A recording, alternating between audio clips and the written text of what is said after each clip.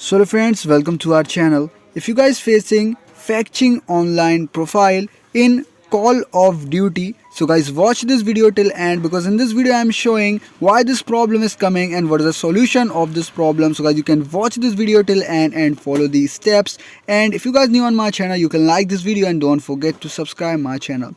The first step is check for pending updates for Black Ops 6 and Warzone. Whether you are playing the game on PC, Xbox or PS, PlayStation, check for pending updates for Black Ops 6 or Warzone. If there are any pending updates, then download them and then check for error to fixed. Now the second step is check your internet connection. Make sure your internet connection is stable and working properly, or restart your router or to refresh the connection. Then unplug the Ethernet cable from your gaming device, restart your device and then plug in the cable and check. Now if possible, connect net via Ethernet cable or connect to mobile data via hotspot or connect to other Wi-Fi network and then check.